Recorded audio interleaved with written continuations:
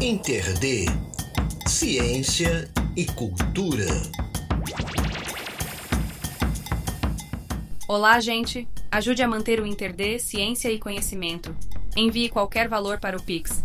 interdcontato@gmail.com. Obrigada!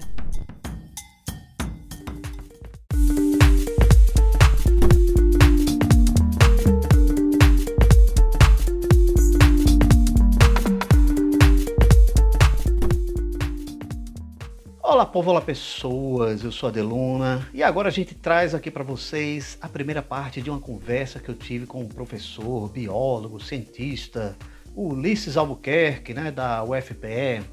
A gente vai falar sobre diversos assuntos aí muito interessantes, né? Por exemplo, como a ciência funciona. Vamos nessa? Bom, professor Ulisses, grande honra ter aqui no programa.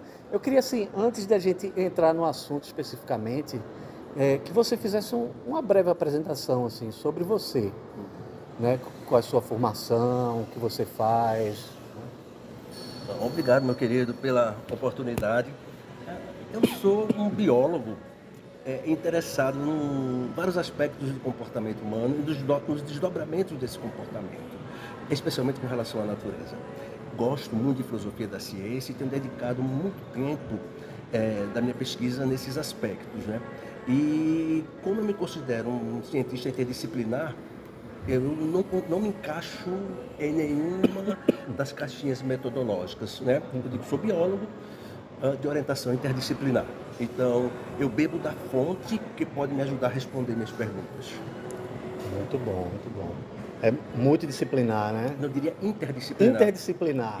Porque a interdisciplinaridade implica em você dialogar com diferentes orientações teóricas, diferentes abordagens. O meu entendimento de multidisciplinaridade é disciplinas diferentes juntas. Certo. Na interdisciplinaridade é disciplinas diferentes se comunicando, dialogando. Certo. E você atua na UFPE? Sou professor do Centro de Biociências da UFPE. Certo. Pronto. Professor, assim, isso é um negócio bem básico, né? Mas é um básico que a maioria não entende e não sabe. Eu mesmo só vou entender há uns 4 anos para cá, 3, sei lá. Como é que a ciência funciona, assim? Como é que o cientista os cientistas chegam a determinadas conclusões? Qual é o caminho que elas têm que seguir até uma teoria, né, digamos assim? Bem, de maneira geral, é um processo que pode ser bastante longo, demorado, porque o cientista ele é treinado para coletar informações, interpretar informações e dar sentido a essas informações. Então significa que não é um processo precipitado, não é um processo baseado em achismo, é um processo sistemático e organizado de busca de conhecimento. Então isso implica em dizer que o verdadeiro cientista, ele só declara algo como verdadeiro quando ele tem informações suficientes e dados que sustentem aquela afirmação. Por quê? Porque muitos setores da nossa vida dependem das informações científicas. O medicamento que eu tomo, o alimento que eu cultivo, a vacina que eu administro. Não ter certeza mínima de como isso vai funcionar pode ser perigoso para a saúde humana e para as pessoas. Então, o cientista opera dessa forma, não é? Tentando alcançar um grau máximo de confiabilidade do conhecimento. Então isso implica em métodos que podem ser bastante distintos de diferentes ciências e daquilo que diferentes cientistas de diferentes áreas utilizam. Às vezes o grande desafio para a pessoa que não tem formação científica é tentar entender como esse processo funciona. Mas eu falei que um cientista bem formado usa esse raciocínio, um cientista ético, né? Porque nesses anos de pandemia, a gente viu muitos pesquisadores, profissionais não éticos fazendo declarações perigosas que colocam em risco a saúde das pessoas e que colocaram em risco a saúde das pessoas. O grande problema para a pessoa que está fora da ciência e da academia é aquele questionamento: em quem eu vou confiar? Em quem eu vou ouvir? né? Já que se essa pessoa é um médico, por que eu não acredito nele que ele está dizendo que eu devo tomar esse medicamento? Então é um desafio para as pessoas. Porque o médico deveria ser aquele profissional de credibilidade para medicar um medicamento. Nós vimos na pandemia que isso não aconteceu em alguns casos. A gente viu médicos indicando kit de cloroquina, kit de Covid, né? E que a gente sabe o quanto isso fragilizou a saúde de algumas pessoas também. Então, nós temos um desafio, e que eu diria que esse desafio é o letramento científico, né? A gente ser exposto a um pensamento crítico logo cedo na nossa formação, no ensino básico, no ensino fundamental. Eu acho que só assim a gente vai conseguir resolver esses problemas no futuro. Eu não diria nem ensinar ciência, eu diria ensinar pensamento crítico. Porque ciência é um processo formativo que é longo, mas pensamento crítico é algo que a gente pode despertar nas pessoas. Todo cientista deveria ter pensamento crítico, mas nem toda pessoa que tem pensamento crítico necessariamente vai virar um cientista. Então por isso que eu coloco o pensamento crítico na base de tudo. Certo. Agora, para os cientistas chegarem a uma conclusão, né, voltando àquele negócio do caminho, né? A gente primeiro começa com a pergunta, né? Isso. Depois tem uma hipótese, Isso. vai testar, e aí é que chega a teoria. Né? Isso. Pode ser esse caminho que leva à teoria ou não, porque a teoria Certo. pode vir por outros caminhos. Mas o que eu posso te adiantar é que teoria é diferente de hipótese, de suposição. Em ciência, quando a gente diz que algo é teoria, é o melhor conhecimento que a gente tem. É o padrão ouro da coisa, né? Não é algo que nós temos dúvida. Teoria não é algo que a ciência tem dúvida. É algo sólido, concreto, bem fundamentado. Então, o processo, o caminho seria basicamente assim. Um exemplo. Será que tal planta que estão alegando ter poderes curativos contra o câncer realmente funciona contra o câncer? Então nós levantamos a pergunta, uma hipótese seria sim, vamos testar? Nós levamos para o laboratório, fazemos experimentos controlados para saber se de fato funciona e se não oferece riscos à saúde das pessoas. E só após uma bateria de testes exaustivos a gente declara que sim, pode ser usado, não pode ser usado. Então, esse é um processo que é demorado. Para você ter uma ideia, a área de medicamentos, por exemplo, vamos supor que a gente encontre realmente uma planta que tem uma alegação de ser útil para o câncer. Se tudo der certo e se ela vem mostrando resultados promissores, desenvolver um medicamento a partir dela pode demorar de 5 a 20 anos. Tempão. Que seja seguro e que dê a confiabilidade de que vai realmente ser efetivo contra aquilo. Então, um tempão, você não acha? Então, o cientista evita fazer declarações que são precoces. Sim. E que podem pôr em risco as pessoas. E é muito interessante que você falou da questão da hipótese e teoria, porque a gente vê muito assim no dia a dia, em redes sociais, comentário de redes sociais e tudo. Por exemplo, quando o pessoal fala da teoria da evolução, mas isso é só uma teoria, como assim, no sentido de suposição, né? E também quando você vê o pessoal que está falando de filme, por exemplo, filme de Sherlock Holmes, né? Aí o próprio personagem Sherlock Holmes, ou algum detetive, não, eu tenho uma teoria, né? Mas aí na verdade seria hipótese, né? Isso seria hipótese, ou suposição, ou achismo, pode ser o que você quiser. Mas sabe o que é engraçado sobre a teoria da evolução?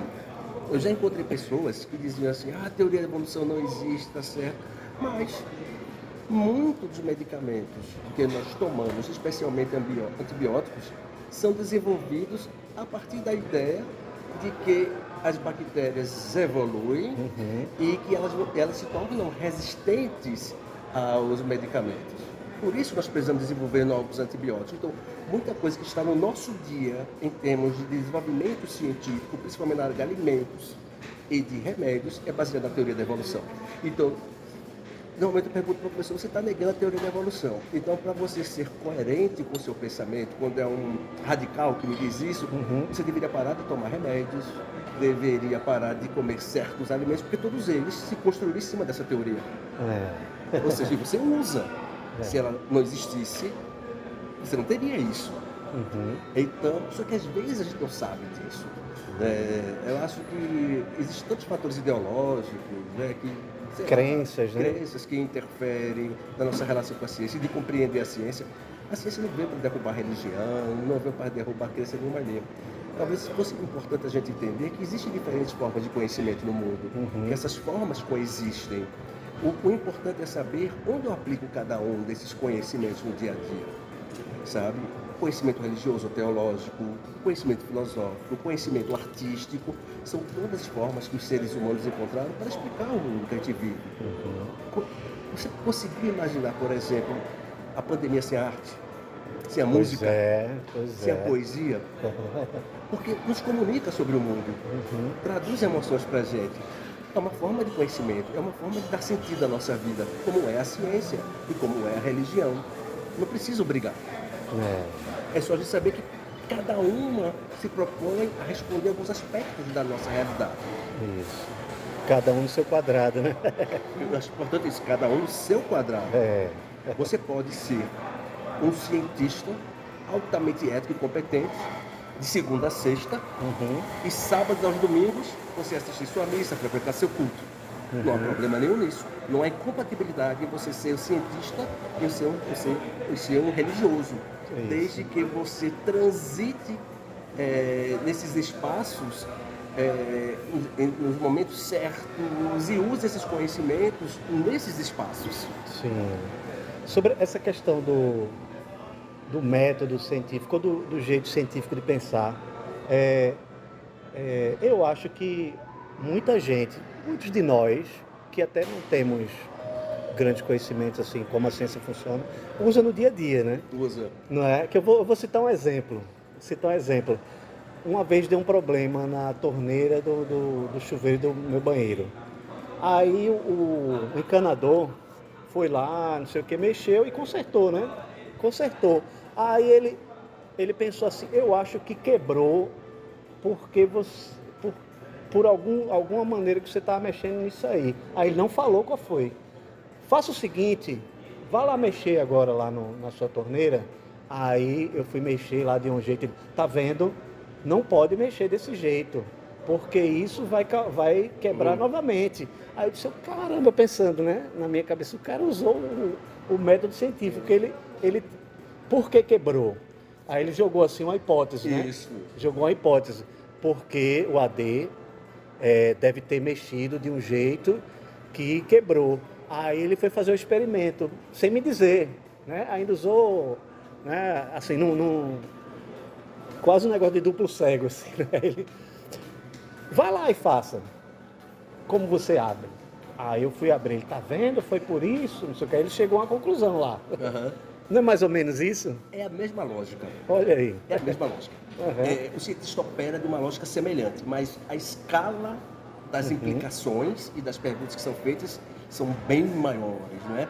Porque para um cientista, um único experimento desse não serviria para responder determinadas questões. Por exemplo, se eu quero saber, voltando para o exemplo da planta, se ela cura para o câncer, um só experimento não seria suficiente. Eu teria que fazer diversos testes, submeter essa hipótese a diferentes tentativas para ver se ela resiste. Porque o acaso existe, AD. O acaso existe.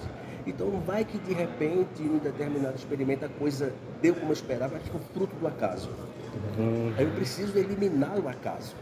Por isso que eu replico, para ver se aquilo vai continuar se repetindo.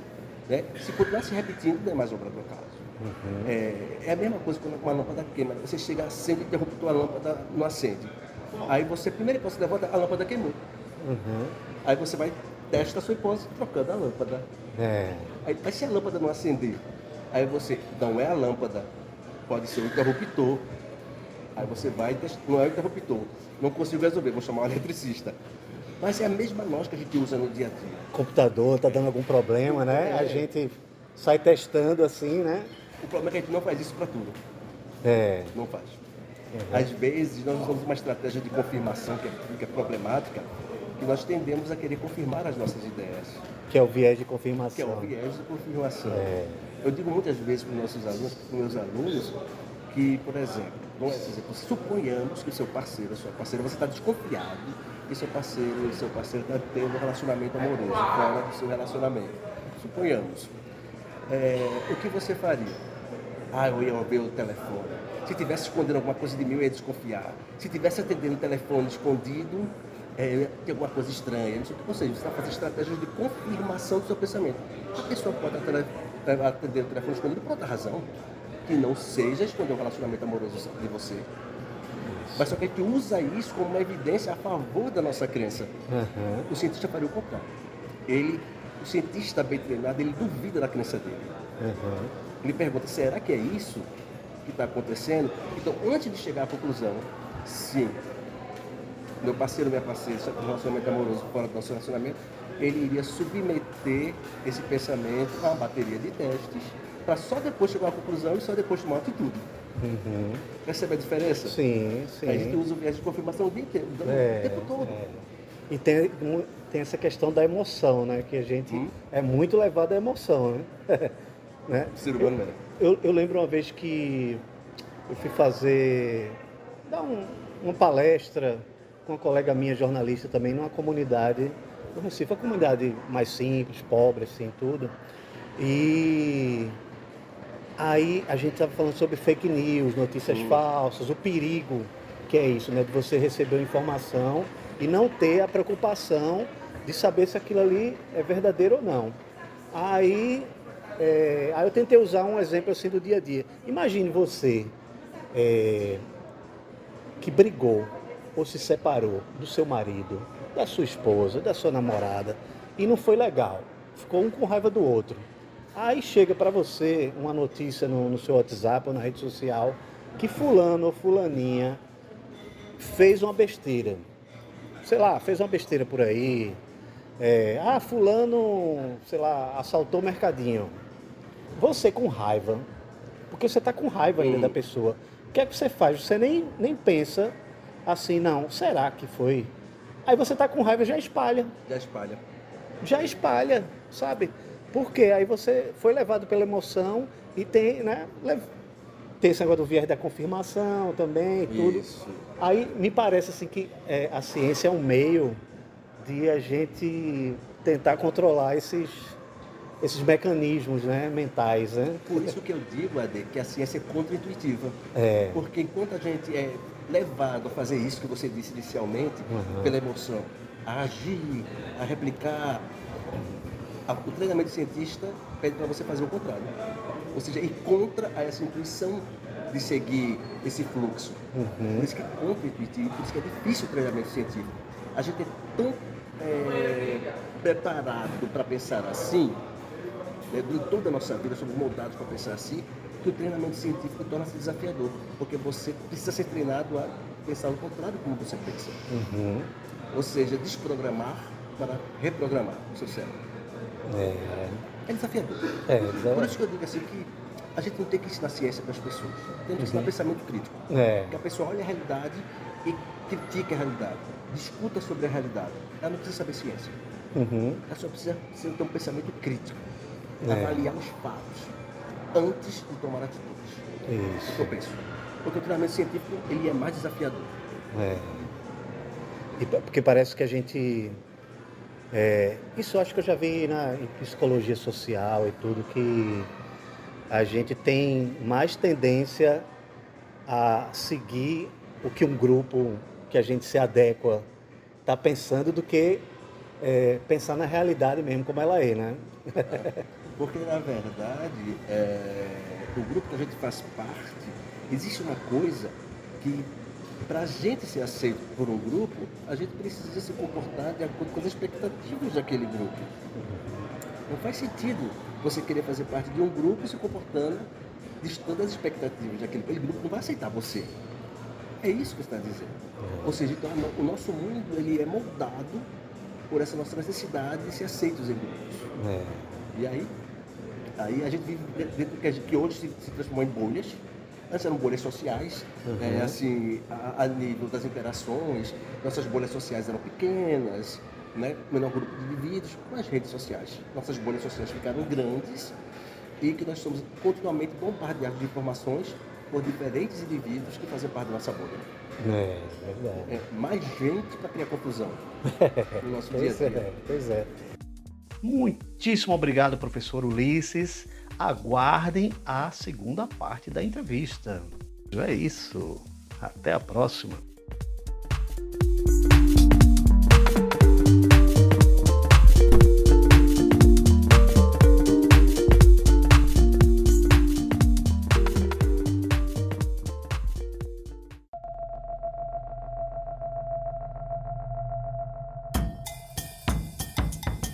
InterD, Ciência e Cultura.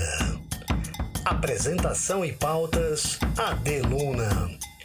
Vinhetas, edição e trabalhos técnicos, Pedro Santos e Estúdio Bacamarte. Site www.interd.net.br. Olá, gente! Ajude a manter o InterD Ciência e Conhecimento. Envie qualquer valor para o Pix. interdcontato@gmail.com. Obrigada.